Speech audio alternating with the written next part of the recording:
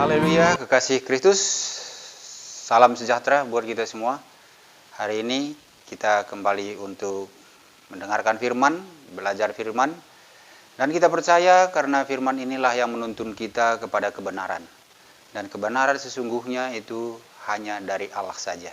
Nah, makanya pada saat ini, pada pagi hari ini, saya rindu untuk memberitakan kepada kita kebenaran, yaitu dari Allah dan dari si jahat atau dari iblis. Jadi tema kita kebenaran menurut Allah dan kebenaran menurut iblis. Nah, kadang manusia memilih kebenaran yang dari iblis, kebenaran yang semu. Jadi kebenaran sejati itu dari Allah, kebenaran semu itu tentu dari iblis. Nah, saudara kekasih Kristus, untuk itu kita mari lihat firman Tuhan di Kejadian 2 ayat 16 sampai dengan 17, dan nanti kita pindah ke Kejadian 3 ayat 1 sampai 5. Firman Tuhan mengatakan seperti ini. Lalu Tuhan Allah memberi perintah ini kepada manusia. Semua pohon dalam taman ini boleh kau makan buahnya dengan bebas, tetapi pohon pengetahuan tentang yang baik dan yang jahat itu janganlah kau makan buahnya, sebab pada hari engkau memakannya pastilah engkau mati. Ini Kejadian 2 ayat 16 sampai 17. Sekarang kita lompat ke Kejadian 3 ayat 1 sampai 5. Adapun ular ialah yang paling cerdik dari segala binatang di darat yang dijadikan oleh Tuhan Allah. Ular itu berkata kepada perempuan itu, tentulah Allah berfirman, semua pohon dalam taman ini jangan kamu makan buahnya, bukan? Lalu sahut perempuan itu kepada ular itu, buah pohon-pohonan dalam taman ini boleh kami makan, tetapi tentang buah pohon yang ada di tengah-tengah taman, Allah berfirman, jangan kamu makan ataupun raba buah itu, nanti kamu mati. Tetapi ular itu berkata kepada perempuan itu, sekali-kali kamu tidak akan mati. Tetapi Allah mengetahui bahwa pada waktu kamu memakannya, matamu akan terbuka, dan kamu akan menjadi seperti Allah, tahu tentang yang baik dan yang jahat. Amin. Saudara yang dikasihi Tuhan, semua manusia ya ingin dipandang benar. Ya, setiap orang ingin supaya dirinya dianggap benar. Nah, terutama ini terjadi setelah manusia jatuh ke dalam dosa. Semua mencari kebenaran. Setelah dosa, manusia itu berusaha ya dengan dirinya sendiri, kekuatannya sendiri, mencari bagaimana supaya dia menjadi orang yang benar atau berada di posisi yang benar. Nah, benar di sini ada dua ya. Karena benar yang sejati itu dari Allah, tetapi kadang iblis memberikan kebenaran yang semu. Sebagaimana firman yang kita baca ini tadi, iblis mempengaruhi manusia dengan perkataan yang menurut manusia adalah benar. Nah, inilah yang menipu manusia sampai sekarang ini. Ya, kadang apa yang dikatakan iblis itu, ya kita anggap atau kita lihat dan kita pikir oh ya itu benar juga gitu. Tapi sebenarnya itulah yang menipu manusia. Sehingga terjadilah pelanggaran kepada perintah Allah. Seperti di firman tadi, terjadi pelanggaran Hawa memakan buah karena iblis itu mempengaruhi. Nah, makanya di sini bagaimana iblis dikatakan memiliki perkataan yang benar. Ya, benar seperti apa yang dari iblis itu? Bagaimana manusia menentukan atau memilih kebenaran yang dari Allah atau dari iblis? Nah, sekarang ini pun kita bisa mengoreksi diri kita. Apakah kita memang melakukan suatu kebenaran itu benar-benar sesuai dengan apa yang firman katakan atau dari Allah, atau benar menurut perasaan kita saja yang mana itu dipengaruhi oleh iblis? Nah, ini harus kita hati-hati. Jadi saudara, dari tema kita ini tadi ya, perkataan iblis juga ada perkataan yang benar. Nah, tetapi di sini kebenaran yang dari iblis itu adalah kebenaran semu. Hanya depannya aja. Nanti akhirnya mengakibatkan hal yang merugikan manusia. Nah, bukan benar yang sejati atau sesungguhnya. Makanya kalau saya lihat di beberapa firman Tuhan itu ada 3 hal paling enggak yang saya tahu bahwa iblis ini juga memperkatakan perkataan benar. Ya, tapi benar semu. Nah, inilah yang harus kita waspadai, kita harus hati-hati. Jangan sampai kita tertipu dengan kebenaran semu dari iblis. Nah, 3 hal itu ya, antara lain itu pertama, perkataan iblis benar, tapi akhirnya membawa kepada kematian kekal bagi manusia. Nah, ini terjadi pada Kejadian 3 ayat 4 sampai 5 tadi yang dikatakan, tetapi ular itu berkata kepada perempuan itu, sekali-kali kamu tidak akan mati. Kalau kita lihat di sini, bahwa memang manusia pada saat makan buah itu, dia tidak langsung mati, bukan? Ya, apa yang dikatakan iblis, kamu makan, kamu tidak akan mati. Nah, kalau kita sampai di situ aja pemikiran kita, ya melihatnya hanya sampai di situ, ya benar apa yang dikatakan iblis. Hawa makan buah, dia berikan kepada Adam, dia tidak langsung mati. Dia masih ada usia 930-an tahun. Nah, artinya kalau dilihat di situ mungkin Hawa dan Adam berpikir, oh benar juga nih yang dikatakan iblis, dia tidak mati langsung. Namun, ya, apa yang dipikirkan itu hanya berlaku sesaat aja. Kalau kita lihat di ayat 5, ya, dikatakan tetapi Allah mengetahui bahwa pada waktu kamu makannya matamu akan terbuka. Nah, ini iblis lagi, selain tadi dibilang kamu tidak akan mati, dia juga bilang bahwa mata kamu nanti akan terbuka. Itu Allah tahu. Nah, jadi diintimidasilah si Hawa ini bahwa Allah itu sebenarnya menyembunyikan sesuatu dari manusia. Yaitu apa? Pengetahuan yang mengenai yang baik dan yang jahat. Makanya dia bilang, matamu akan terbuka dan kamu menjadi seperti Allah, tahu tentang yang baik dan yang jahat.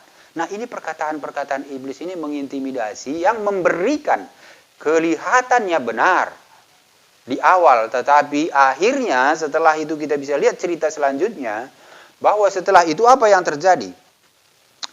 Kalau kita baca ayat selanjutnya, yang terjadi pada Adam dan Hawa setelah dia memakan buah pohon itu, memang benar mata mereka terbuka. Ya, ini hal yang mungkin sesaat kita bisa bilang benar, sesaat. Nah, terus apa? Sudah ada perasaan malu. Nah, perasaan malu ini timbul kenapa? Karena mereka sudah tahu apa yang jahat, apa yang baik, apa yang buruk. Yang buruk itu sudah tertanam atau sudah ada di dalam jiwa mereka. Nah, padahal awalnya itu tidak ada. Manusia pada awalnya sebelum jatuh ke dalam dosa, manusia itu tidak tahu berbuat jahat. Ya, tidak ada di dalam jiwa kita itu bagaimana kita berbuat jahat karena masih kudus, masih suci. Ya, kita ini masih mulia. Jadi tidak ada hal-hal yang jahat. Semua hal-hal kebenaran dan kemuliaan Tuhan di dalam hidup kita. Nah, setelah itu apa? Sudah ada rasa takut manusia setelah manusia melanggar perintah Tuhan itu. Setelah dia makan buah itu, dia udah ada rasa takut. Padahal sebelumnya tidak pernah manusia merasa takut karena dia tidak tahu rasa takut itu seperti apa. Kalau kita di dalam Tuhan, kita tidak ada rasa takut. Nah, pada saat Adam dan Hawa belum berdosa, belum makan buah itu, dia tidak ada rasa takut. Dan dia tidak tahu rasa takut seperti apa? Karena jiwa mereka itu masih kudus, masih suci. Nah, terus di sana memang tidak langsung mati. Seperti tadi, tidak langsung mati pada saat memakannya. Jadi ini semua bisa dikatakan bahwa apa yang dikatakan iblis itu adalah benar sesaat. Di garis bawah sesaat. Ya, namun bukan benar sesungguhnya atau benar sejati. Karena kebenaran ini adalah kebenaran yang semu, tidak kekal. Kenapa dikatakan tidak kekal? Mari kita cek. Ya, kebenaran semu atau kebenaran yang tidak kekal yang dikatakan iblis tadi mencuri firman itu.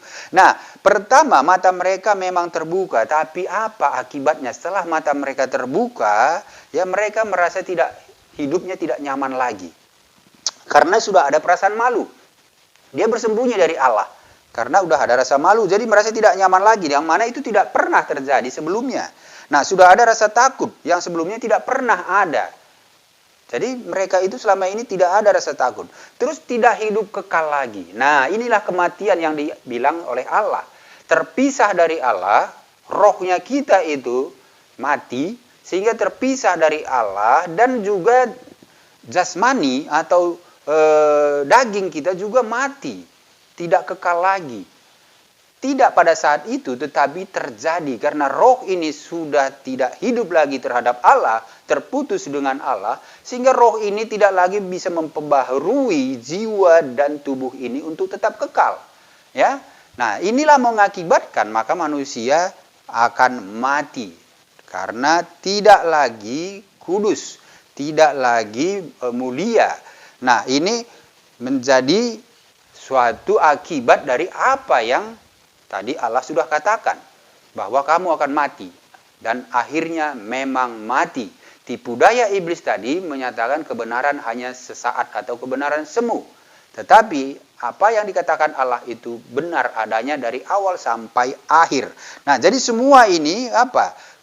Hal ini tadi yang membuat bahwa manusia itu apa yang sudah dilakukan dia menurut pilihan dia memilih kebenaran semu yang diberitakan atau disampaikan oleh iblis, itu mengakibatkan hal-hal buruk terjadi kepada manusia. Ya, sekarang manusia sudah menjadi egois. Setelah dia makan buah itu, manusia mulai ada sifat egoisnya. Di mana kita lihat sifat egoisnya? Begitu Allah bilang, Adam, di manakah engkau? Dia bilang, ya dia udah takut. Nah, terus dia bilang, kenapa kamu takut? Nah, kami telanjang. Loh, siapa bilang kamu telanjang? Apakah kamu memakan buah yang kularang?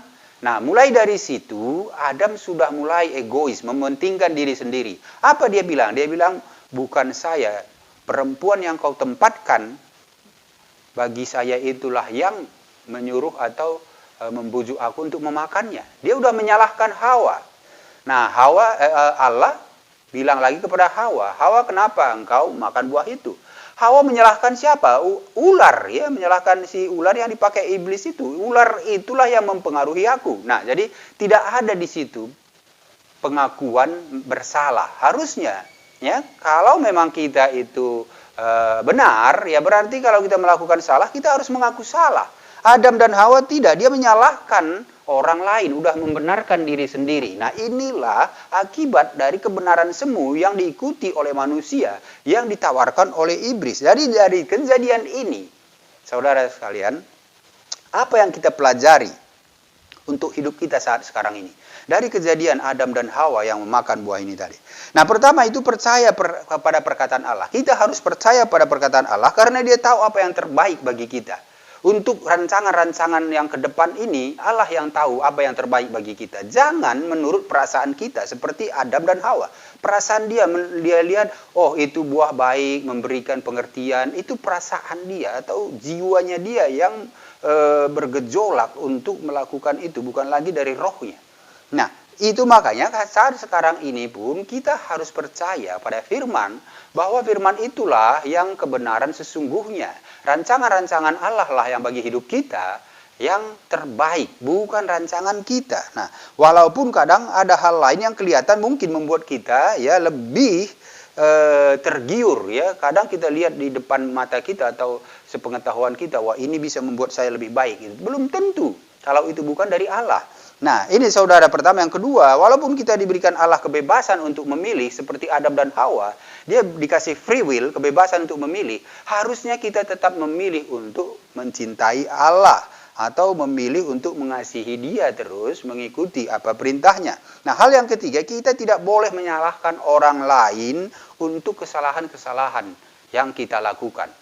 Jangan seperti Adam dan Hawa menyalahkan satu sama lain.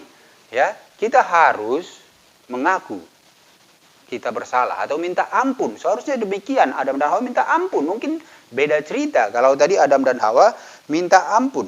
Nah, terus kita juga tidak bisa bersembunyi dari Allah. Saudara sekalian, apa yang Anda lakukan itu Anda tidak bisa bersembunyi dari Allah Maha Tahu. Jadi kalaupun saudara berbohong, saudara itu menyimpan sesuatu rahasia, itu Allah tahu.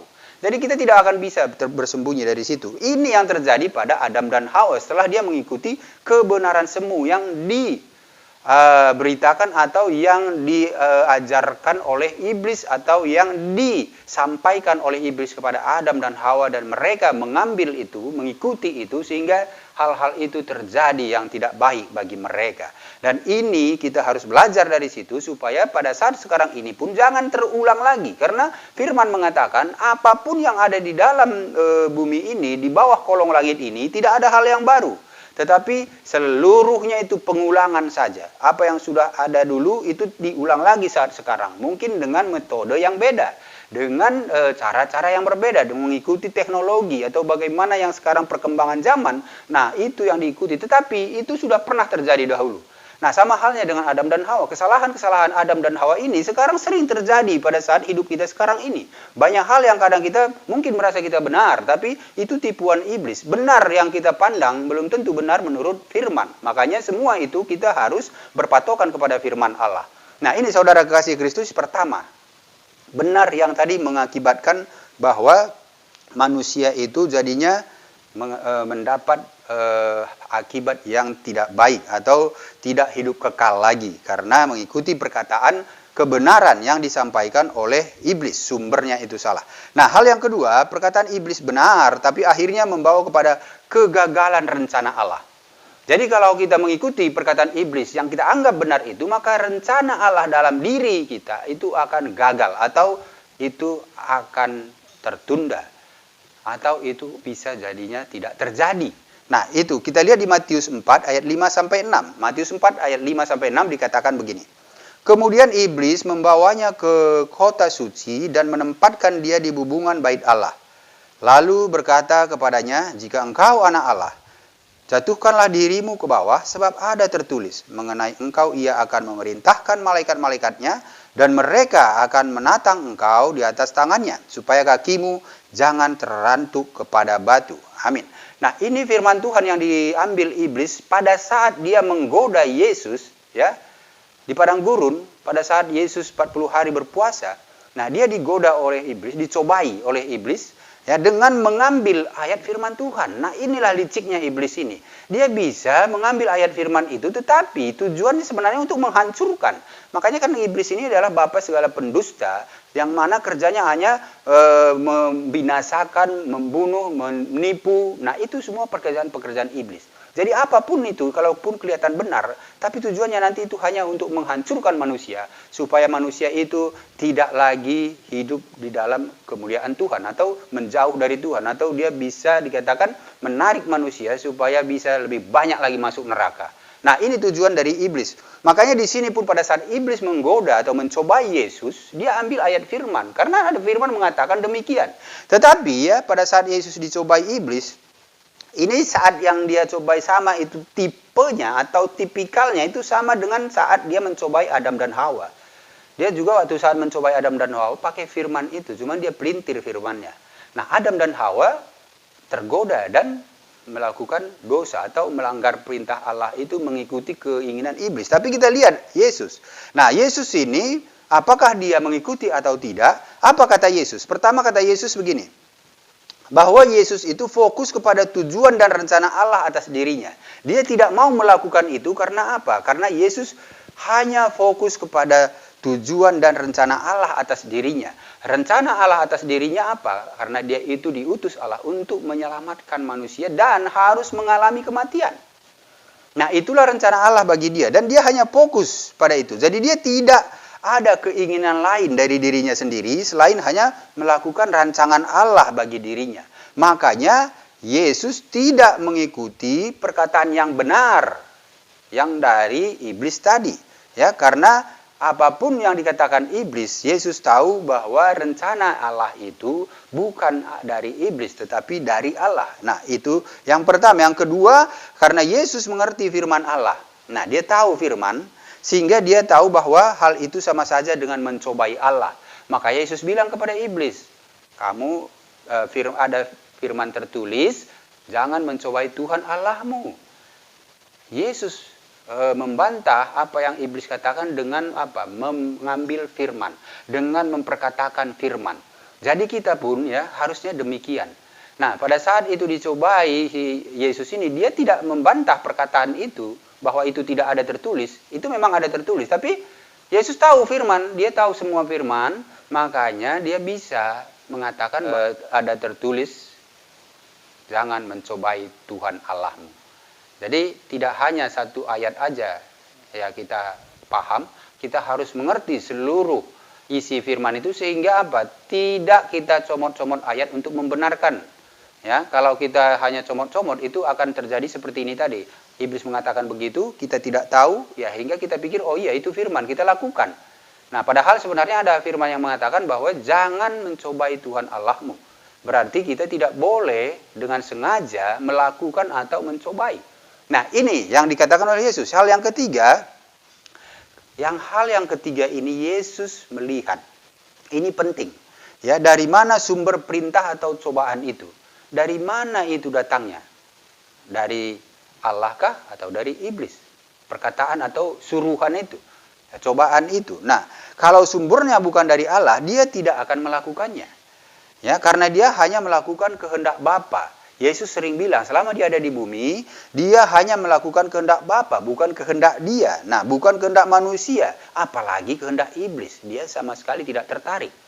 Nah, makanya di Yohanes 4 ayat 34 dikatakan bahwa dia itu hanya melakukan apa yang Bapa kehendaki. Dia sering katakan itu kepada murid-muridnya, kepada orang-orang pada saat dia memberitakan firman.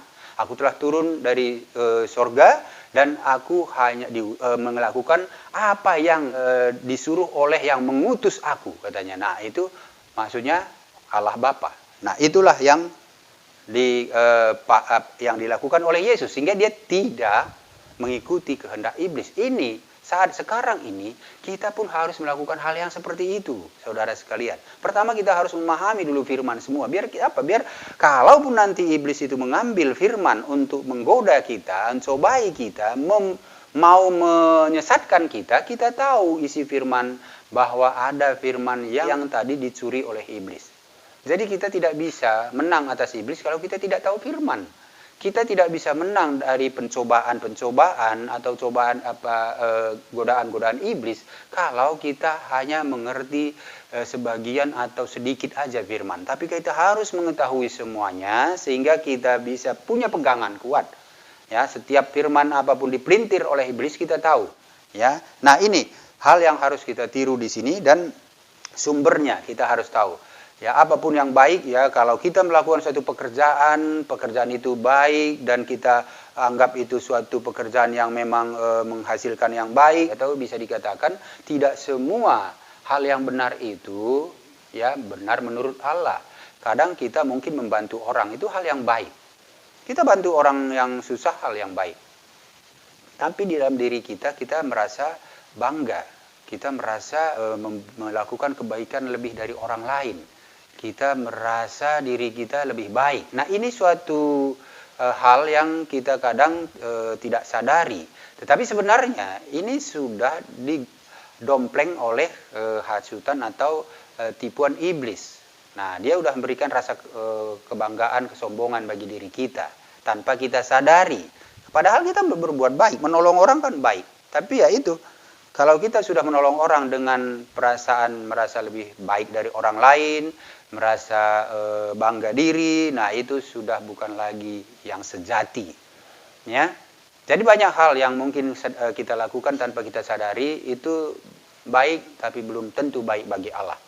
Ya, jadi itu harus kita kembali koreksi. Jangan hanya memuaskan jiwa kita. Kalau memuaskan jiwa kita itu belum tentu menyenangkan Allah. Tetapi yang kita lakukan itu harus benar-benar tuntunan Roh Kudus.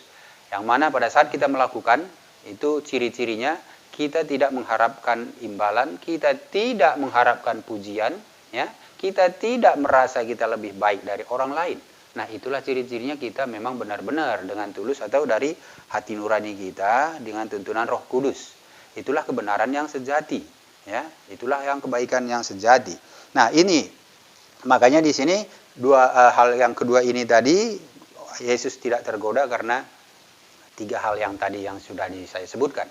Nah, hal yang ketiga, perkataan iblis benar, tapi akhirnya membawa kesombongan diri atau keakuan. Ini yang sering sekali terjadi.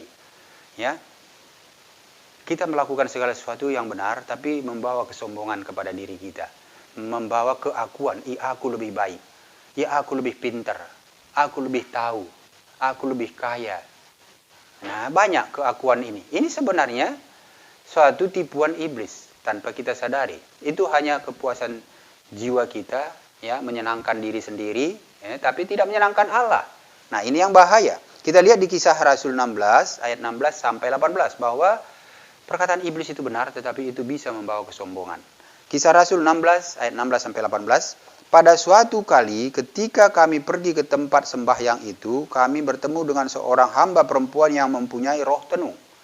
Dengan tenungan-tenungannya, tuan-tuannya memperoleh penghasilan besar. Ia mengikuti Paulus dan kami dari belakang sambil berseru. Katanya, orang-orang ini adalah hamba Allah yang maha tinggi. Mereka memberitahukan kepadamu jalan kepada keselamatan. Hal itu dilakukannya beberapa hari lamanya, tetapi ketika Paulus tidak tahan lagi akan gangguan itu, ia berpaling berkata kepada roh itu, demi nama Yesus Kristus aku menyuruh engkau keluar dari perempuan ini. Seketika itu juga keluarlah roh itu. Haleluya. Nah, saudara kekasih Kristus, ini ceritanya Paulus di Filipi bersama dengan Silas. Ya, dia memberitakan firman di sana. Ya, dia mau sembahyang diikuti oleh seorang yang punya roh tenung. Ya, jadi kalau kita lihat dari sini dikatakan oleh roh tenung itu atau iblis yang dipakai yang dipakai iblis itu, ya, apa yang dia katakan ini adalah benar. Kalau kita lihat di ayat 17 tadi, iblis itu atau roh tenung itu mengatakan kepada orang banyak bahwa Paulus dan Silas itu adalah orang-orang hamba Allah yang maha tinggi. Nah, kalau kita lihat di sini benar, memang Paulus Silas itu hamba Allah. Nah, itu yang dikatakan oleh roh tenung itu. Dan apalagi dikatakan oleh iblis ini atau roh tenung ini. Mereka memberitakan kepadamu jalan keselamatan. Nah, ini benar. Ya, Paulus Silas memang memberitakan firman ajaran Kristus, ajaran keselamatan. Jadi nggak ada salahnya. Tapi kenapa Paulus dan Silas merasa terganggu? Nah, makanya tadi saya bilang bahwa perkataan iblis itu benar, tapi akhirnya membawa kesombongan diri. Karena Paulus, Silas tahu kalau dia ikuti ini atau dia biarkan ini terus-menerus, itu akan mempengaruhi pelayanan dia. Dan mana kala nanti suatu waktu, dia tanpa dia sadari, dia sudah menyombongkan diri. Itu yang ditakutkan oleh Paulus dan Silas. Mereka nanti berpikir, oh iya kami hamba Allah yang dipakai Tuhan luar biasa. Kami ini memberitakan keselamatan. Ya kami. Jadi akhirnya apa? Keakuan. Nah, inilah yang diinginkan iblis untuk mencobai atau mempengaruhi, mengintimidasi Paulus dan Silas. Ya, dia mau mempengaruhi mereka, menipu mereka. Tetapi karena Paulus Silas pun penuh dengan roh Allah, dia tahu tujuan iblis ini, maka dia langsung hardik. Demi nama Yesus Kristus, enyahlah, keluarlah dari perempuan itu. Nah, itu saudara kekasih Kristus. Inilah hal yang sangat luar biasa. Kalau Paulus dan Silas ini benar memang hamba Yesus Kristus, nah, yang memberitakan jalan keselamatan, tapi mereka marah kepada iblis karena mereka tahu bahwa apa yang dikatakan oleh roh jahat itu suatu penipuan yang nanti akhir-akhirnya roh jahat ini hanya mendompleng pelayanan Paulus. Dan Paulus tahu bahwa terang dan gelap tidak bisa disatukan. Jadi kalau roh Allah ada di situ tidak mungkin bisa bersatu dengan roh setan atau iblis. Jadi dia langsung hardik itu supaya jangan mengganggu pelayanan dia. Nah, jadi ini yang perlu kita tahu pada saat sekarang ini pun kehidupan kita di dunia ini saat ini. Banyak hal ini yang kita lakukan, anak-anak Tuhan, orang-orang percaya, bahkan hamba-hamba Tuhan sekalipun mungkin melakukan hal ini. Ya, banyak orang mungkin memuji-muji. Banyak orang mungkin mengagung-agungkan, ya, mengkultuskan. Nah, ini hal-hal yang bahaya. Ya, hal ini harus kita hindari. Mungkin karena hamba Tuhan punya karunia-karunia yang luar biasa, sehingga orang bilang, oh dia hebat, dia dipakai Tuhan. Nah, dia punya karunia yang luar biasa, bisa mengadakan mujizat. Semua orang memuji-muji, semua orang meninggikan dia, orang mengagumi dia.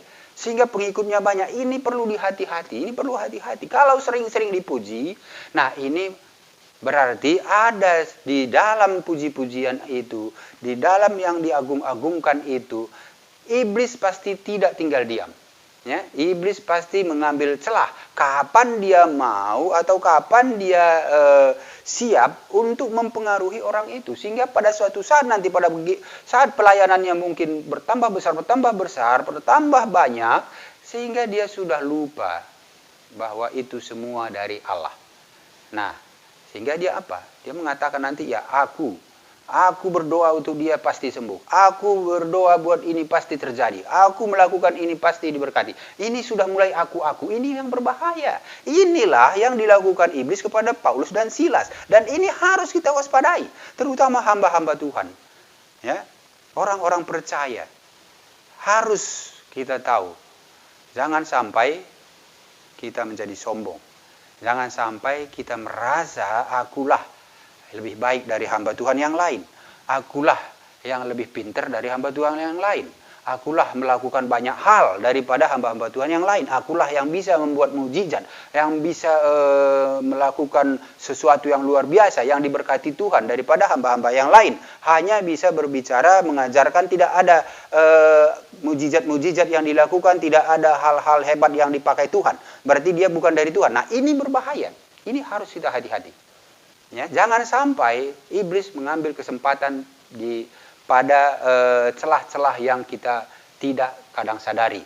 Ya, kadang firman yang dipakai iblis, ya, kebenaran. Makanya iblis itu di firman Tuhan mengatakan iblis bisa menjadi atau menyerupai malaikat terang,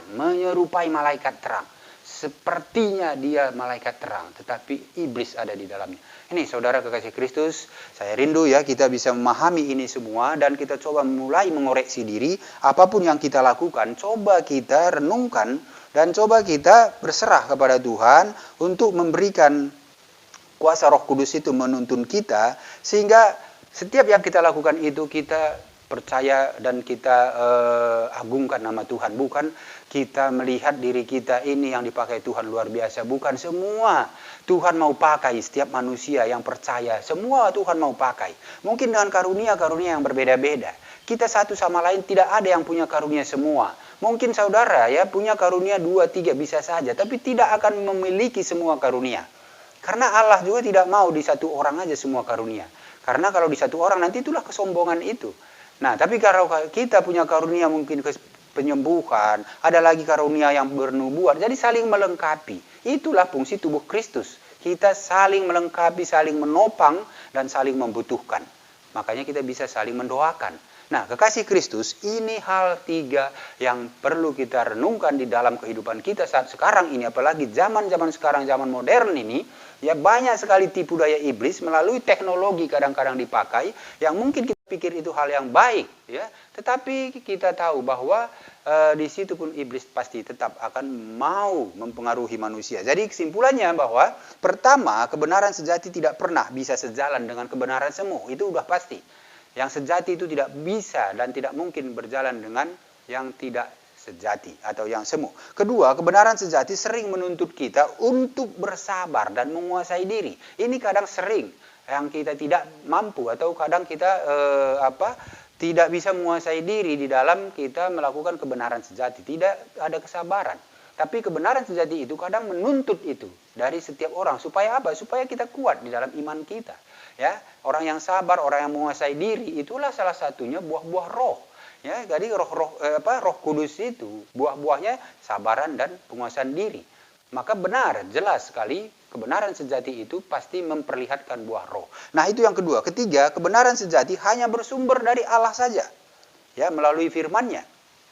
Nah, kita punya Alkitab, melalui Alkitab. Nah, kebenaran itu tidak dari sumber yang lain. Apalagi dari manusia atau orang hebat, tidak ada kebenaran yang sebenarnya. Kebenaran hanya dari firman Tuhan saja. Dari Allah saja. Apalagi kalau tipu daya iblis tadi. Nah, ini hati-hati. Nah, saudara kekasih Kristus, ini 3 hal yang perlu kita renungkan supaya kita menang di dalam pencobaan-pencobaan dan bisa mengerti mana kebenaran sejati, mana kebenaran semu yang kadang mungkin iblis pakai sebagai alat ya untuk mempengaruhi, menipu, ya, manipulasi manusia dengan firman juga atau firman yang sudah diselubungi atau dipelintir oleh iblis yang mana akhirnya nanti itu akibatnya menjadi tidak baik bagi manusia, mengakibatkan itu pelanggaran firman Tuhan, mengakibatkan itu kita tidak lagi mengenal Tuhan, maka kita harus hati-hati. Jadi saudara kasih Kristus, itulah firman Tuhan untuk saat ini. Saya percaya saudara yang mendengarkan diberkati dan mulai hari ini juga Anda bisa selalu berpatokan kepada firman Tuhan. Demikian firman Tuhan saat ini. Saya berdoa, siapapun Anda, dimanapun Anda berada, yang mendengarkan firman ini, diberkatilah saudara. Apapun yang menjadi kerinduan saudara, kalau ada sakit penyakit dalam nama Tuhan Yesus, saudara disembuhkan. Kalau ada pergumulan, maka Tuhan membukakan jalan untuk setiap pergumulan saudara. Demikian firman Tuhan, Tuhan Yesus memberkati. Haleluya. Amin.